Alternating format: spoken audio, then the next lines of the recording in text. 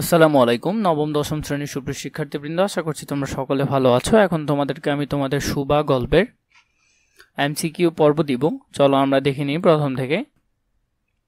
5-এ আমাদেরকে বলেছে সুবা গল্পে সুবা কোন ধরনের প্রতিবন্ধী ছিল। সে ছিল কি বুদ্ধি প্রতিবন্ধী, শ্রবণ প্রতিবন্ধী, বাক প্রতিবন্ধী না দৃষ্টি প্রতিবন্ধী।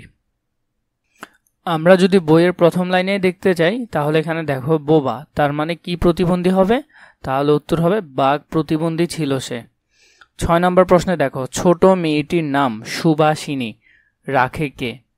ছোট মেয়েটির নাম সুবাসিনীকে রাখে প্রথম 2 মেয়ের নামের সাথে মিলিয়ে তার বাবার নাম কি ছিল? বাণীকণ্ঠ তার নাম রাখে কি?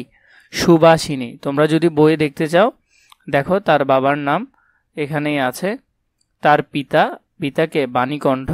এই বইয়ের মধ্যে সবগুলো লাইন এভাবে আন্ডারলাইন করা আছে। তোমাদের এসএসসির যে কোনো দাগানো বইয়ের পিডিএফ প্রয়োজন হলে ডিসক্রিপশন বক্সে আমাদের ফেসবুক পেজে মেসেজ করলে হয়ে যাবে। সেখান থেকে তোমরা চাইলে তোমাদের ইচ্ছামতো যে বইটি প্রয়োজন সেটি নিয়ে নিতে পারো। শিশুকাল থেকেই সুবা নিজেকে বিধাতার অভিশাপ ভেবেছে কেন? সকলের দুশ্চিন্তা প্রকাশের কারণে। পিতার নীরব হৃদয় ভার বলতে সুবা গল্পে মা বাবার হৃদয়ের কোনটিকে বোঝানো হয়েছে? এখানে হবে তাদের দুশ্চিন্তাকে বোঝানো হয়েছে, যে মেয়ে বোবা, বিয়ে দিবে কিভাবে, এ ধরনের একটি দুশ্চিন্তা। 9 নম্বর প্রশ্নটি দেখো সুবা সাধারণের দৃষ্টিপথ থেকে নিজেকে গোপন রাখতে সচেষ্ট ছিল কেন? সচেষ্ট ছিল বিধাতার অভিশাপ স্বরূপ মনে করে বলে নিজেকে। দেখো সে বিধাতার অভিশাপ স্বরূপ মনে করে বলে।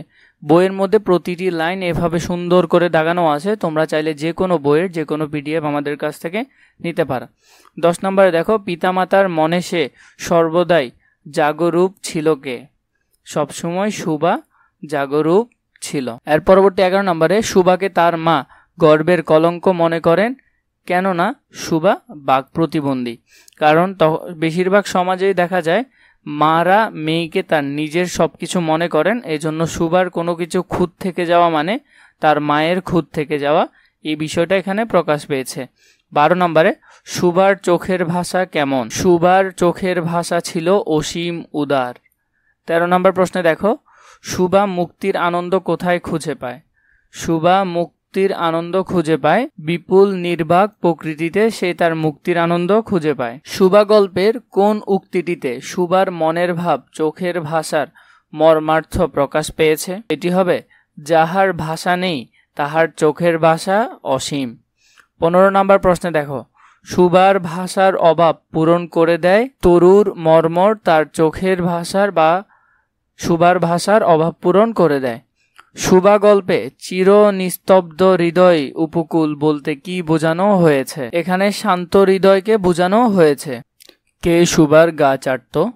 পাঙ্গুলি, তার যে 2টি গোয়ালে গরু ছিল পাঙ্গুলি সুবার গা চাটত। এর পরবর্তীতে দেখো 18 নম্বরে সুবার সঙ্গীদের মধ্যে জীব বলা হয়েছে কাকে? প্রতাপকে। প্রতাপের প্রধান শখ কি ছিল? প্রতাপের প্রধান শখ ছিল ছিপ ফেলে মাছ ধরা। মোস্ট ইম্পর্টেন্ট একটা প্রশ্ন, কতেও আসতে পারে এটা। সুবা গল্পে প্রতাপ সুবার মর্যাদা বুঝতো কেন? মাছ ধরার সময় নীরবে সঙ্গ দিত বলে। সুবা গল্পে উল্লেখিত গভীর নিস্তব্ধ পাতালপুরী কেমন?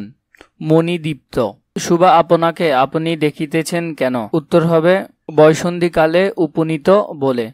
23 নম্বর সে আপনাকে আপনি দেখিতেছে, ভাবিতেছে, প্রশ্ন করিতেছে এবং বুঝিতে পারিতেছে না, এর কারণ কি? এর কারণ হলো নবযৌবনে পদার্পণ। কি রে সু, তোর নাকি বর পাওয়া গেছে, তুই বিয়ে করতে যাচ্ছিস?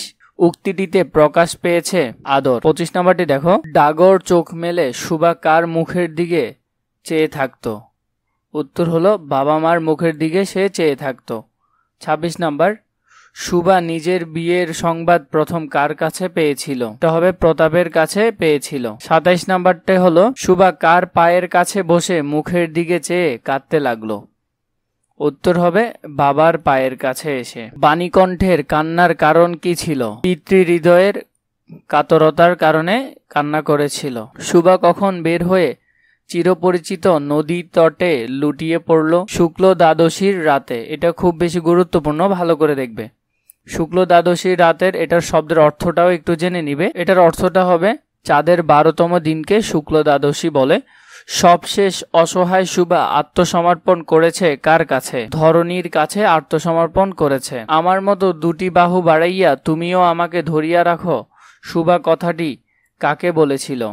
সুবা কথাটি প্রকৃতিকে বলেছিল। তুমি আমাকে যাইতে দিও না মা। সুবার এ কথায় প্রকাশ পেয়েছে আকুলতা, প্রকাশ পেয়েছে। কপল শব্দের অর্থ কি? কপল শব্দের অর্থ হলো গাল। বিপুল নির্বাক প্রকৃতির কাছে সুবা কি পায়? সুবা মুক্তির আনন্দ পায়। আমাকে সবাই ভুলিলে বাঁচে, সুবার এই উক্তিতে প্রকাশ পেয়েছে প্রত্যাশা। প্রত্যাশা উত্তর হবে না, তাহলে বেদনা। তাহলে 1 আর 3 উত্তর হবে। হতাশা এবং বেদনা। পিতামাতার মনে সে সর্বদাই জাগরূপ ছিল, কথাটি দ্বারা বোঝানো হয়েছে সুবার প্রতি পিতামাতার অপত্য স্নেহ, সুবার ভবিষ্যৎ নিয়ে পিতামাতার দুশ্চিন্তা, সুবার প্রতিবন্ধিতায় পিতামাতার উদ্বেগ। উত্তর হবে 3টি। এই ধরনের আরো অন্যান্য টপিকের উপর ভিডিও প্রয়োজন হলে সেটা আমাকে কমেন্ট করে জানাতে পারো, আমি তোমাদের জন্য সেটা রেডি